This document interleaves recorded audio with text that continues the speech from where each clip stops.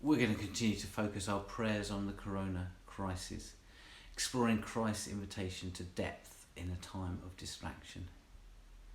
Today I'm reflecting on the invitation of Jesus to a deeper intimacy and a more restful life in a time of personal distraction, fearful distortion and cultural disruption. The apostles gathered around Jesus and reported to him all they had done and taught. Then, because so many people were coming and going, they didn't even have a chance to eat, he said to them, "Come with me by yourself to a quiet place and get some rest." So they went away by themselves in a boat to a solitary place. Mark 6:30-32. With flights cancelled, many offices closed, restaurants and gyms shut, I have an unprecedented, unexpected opportunity for intimacy with Jesus. He beckons my soul to a place of solitude, away from the crowd, saying, "Come with me by yourself to a quiet place and get some rest." Henry Nouwen wrote in The Way of the Heart that solitude was the furnace of transformation. Without it, he said, we remain victims of our society and continue to be entangled in the illusion of the false self. Solitude is the place of great struggle and the great encounter.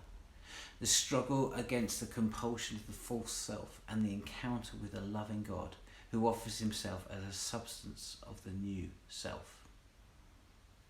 I wonder, what are the characteristics and compulsions of my false self? What masks do I hide behind? What behaviours do I use to avoid God's presence and to protect myself from change? I confess these defences and avoidance strategies to Jesus now.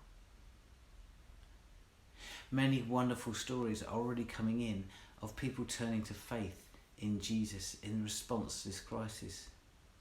I take time now to name friends who aren't Christians and loved ones whose usual securities are being shaken and whose normal defence mechanisms have been stripped away, asking that they might come to consider Christ's invitation to come to me. Christ's invitation to solitude comes at a time when he's experiencing every kind of stress. Prior to this encounter, he's been rejected in his hometown.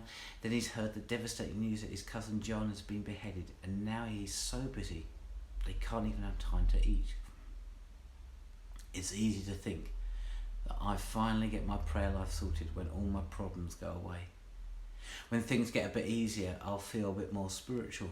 But Jesus reminds me here that I have to be forceful with myself in seeking the solitude of his presence, that he awaits me in the midst of my distractions and problems. A quiet time is a great start, but I suspect that when Jesus says, "Come away with me to a quiet place and get some rest," he's envisioning more than just a few minutes. Is he inviting each of us to take an extended time of prayer and worship, or to study a part of Bible in depth, or to start reading a particular Christian book? At this time of so much distraction, I take hold of God's assurance in Jeremiah 33, promising me fresh inspiration and revelation when I call on his name.